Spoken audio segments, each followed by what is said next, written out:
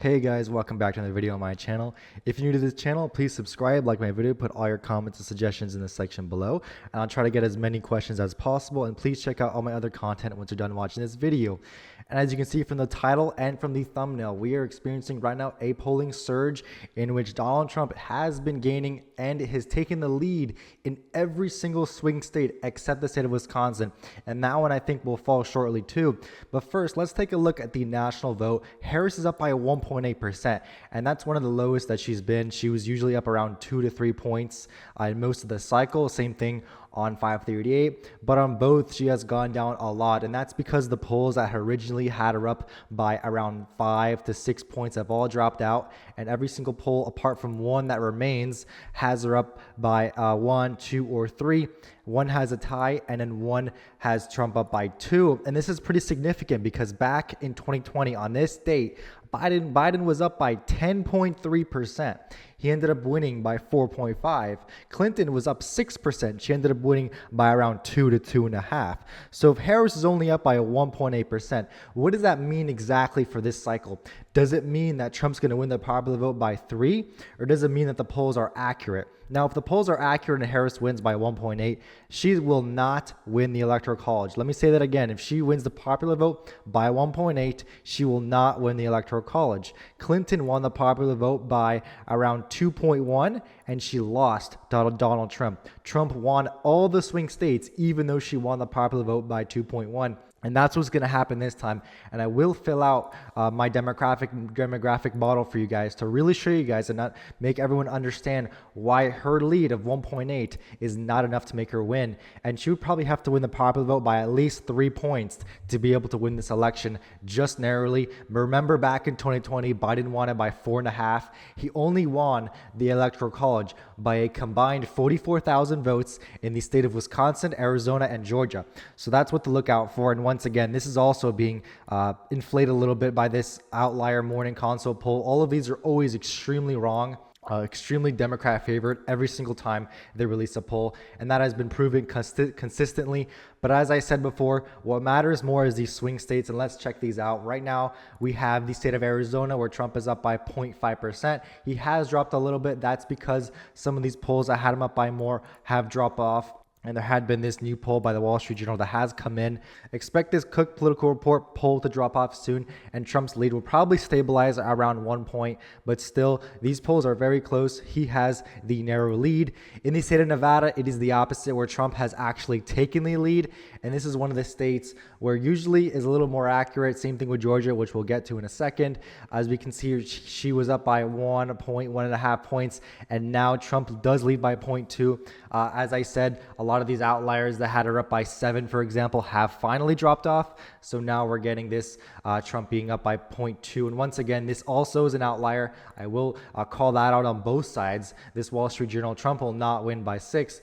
But it's pretty significant that he has taken the lead in the state. The state of Wisconsin is probably going to be the next one to fall into his column, because the next state, the next poll to fall out is this Marquette poll that has Harris up by 4.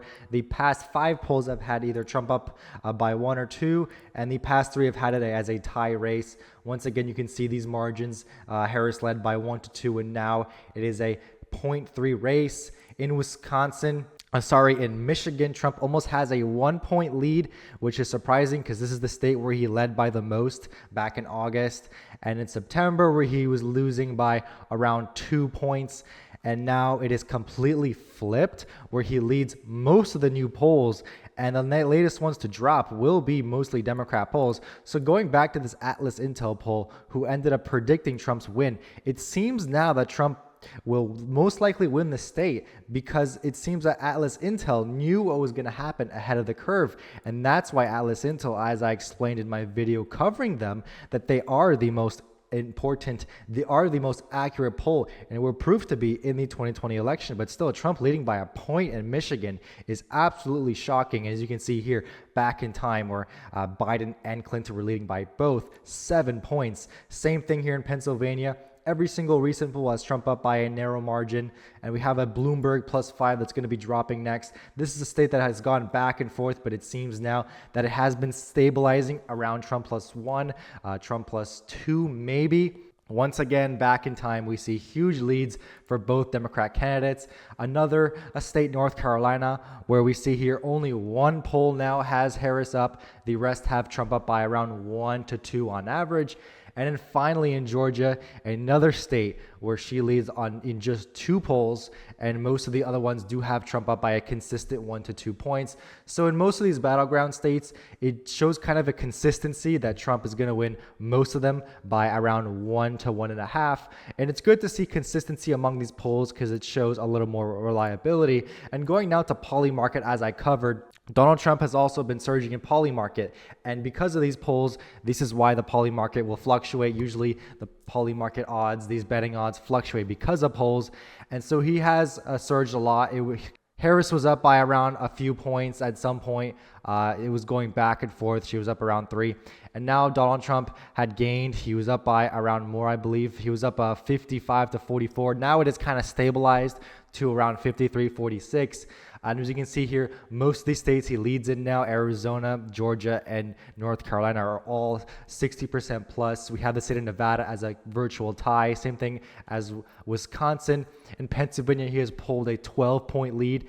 And then as we discovered with Michigan, a very surprising state where he has pulled a lead. He actually leads in the state of Michigan. And look at this. We had Harris leading around 68 to 33 at some points. And then she has absolutely collapsed. And now Trump is favored to win the state according to poly market. And that does spell a really, really bad sign for her.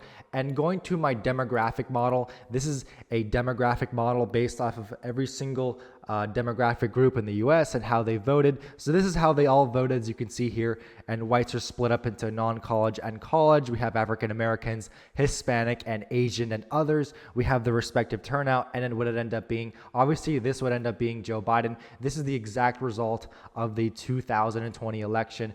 Biden won by 4.5%. And I will be adjusting this right now based on my prediction and I show you that it does line up a lot with my actual prediction. So we're going to definitely see that play out here. And this is not only based off of my personal prediction, this is also based off of data that has come out. I digged into a lot of these crosstabs and really analyzed which candidate is growing in which demographic groups. So let's fill this out. I'm going to start with the turnout. I'm going to leave all of these turnouts the same. I do not think most of these turnout will fall more than the other, apart from African American turnout. I do think African American turnout will fall around 3%, and that already flips the state of Georgia to Trump, and he obviously gains in North Carolina. So this is a good boost for him in the southern states, as you can see already. Most of these other states won't be too affected because African Americans make up a majority of the population in these states down here. So that already would flip the state of Georgia to him. But that's all the changes we have for the demographic groups. You could say Hispanic and Latino could gain around 1 point, and I will actually put that there because I do think they'll become a little bit of a larger share, while African Americans will dip a couple percentage points. Whites and Asians will not change too much. They'll turn out around the same rates, both college and non-college. You could see an increase in some non-college, those lower propensity voters, but I will not be changing that until I see more proof. And now let's get into the specific vote shares. So first, with the non-college graduate whites, I do see it shifting around 3 points. She will lose 3 points and Trump will gain those 3 points.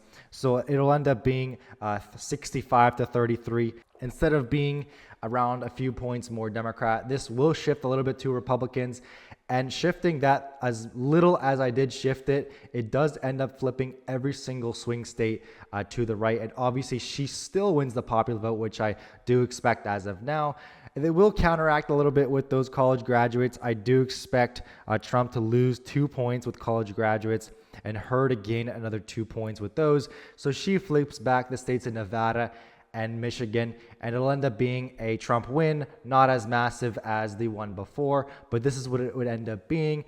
But now we get into where Trump is going to really gain, and that's going to be with African Americans and Hispanics, and this has been supported by polls consistently. Now, I don't think that African Americans are going to shift like 20, 30 points right, as some people say, but I do think it'll be a little bit. I think Democrats will go from 90% all the way down to around 84, and Republicans will gain the rest of that back, and they will be around 14%. So it'll be 84 to 14, and that already, again, flips back the states of Nevada and Michigan narrowly in Trump's column.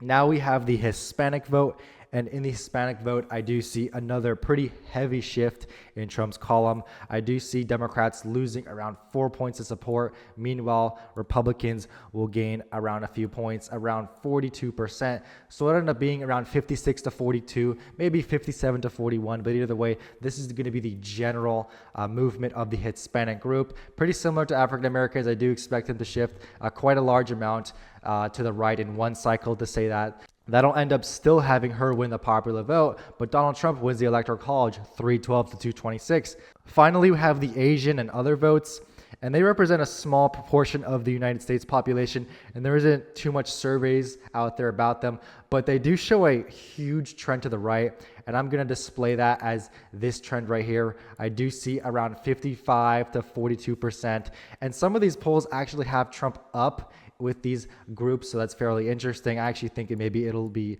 not that much to the left, maybe around 58 to 40, around similar to the Hispanic vote, a little more to the left, I think.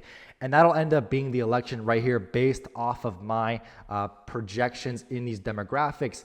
And what this does, what this model does for us, is it puts it on every single state, as we can see here.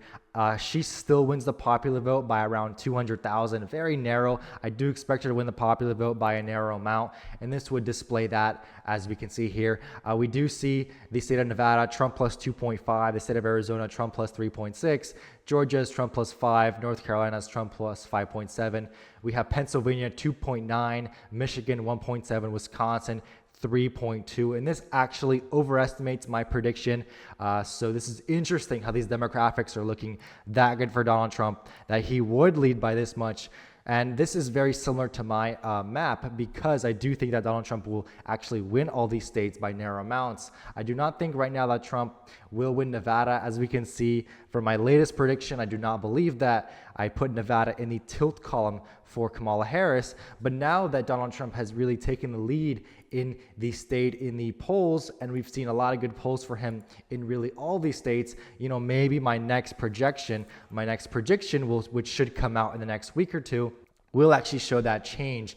And I'm constantly looking at this map and constantly adjusting these demographics to really fit what is going to be the most accurate in this election. And if I'm going to be honest, I do think that these flips with African Americans or Hispanics are on the low end of some people's predictions. Some people predict that African Americans will be even as low as 80% for Democrats. I still have them at 84% because I don't believe that they can change that much in one cycle. Some other people may put Hispanics at around 40 to 56, maybe around 40 to 58, and that would not change the map at all. We did have a poll that came out that actually showed Republicans at 40%. So this is even based on data. Just putting them at 40 would still give them the edge in every single one of these states. And let's say that Kamala Harris does overperform with the non-college votes, it still would not matter. Trump would win every single swing state. And even if we gave her an extra point among college graduates, I've already gave her a couple points there because I do believe she'll gain. But what if she gains even more? She'll win the popular vote by around 1.5 and still will not win any of the 7 swing states. And that's why she's in trouble with these popular votes. And this is the exact popular vote that we see on the Real Clear Politics average. So if we put the exact margin in there, this is the result we get right here, where Trump will be winning every single one of these swing states, most of them in that tilt column. And then we have North Carolina and Georgia being huge wins for him. Obviously, Florida and Texas will also be big wins. But that's going to do it for today's video. Thank you guys so much for watching. Please subscribe, like my content, put all your suggestions in the section below, and I will see you guys in the next one.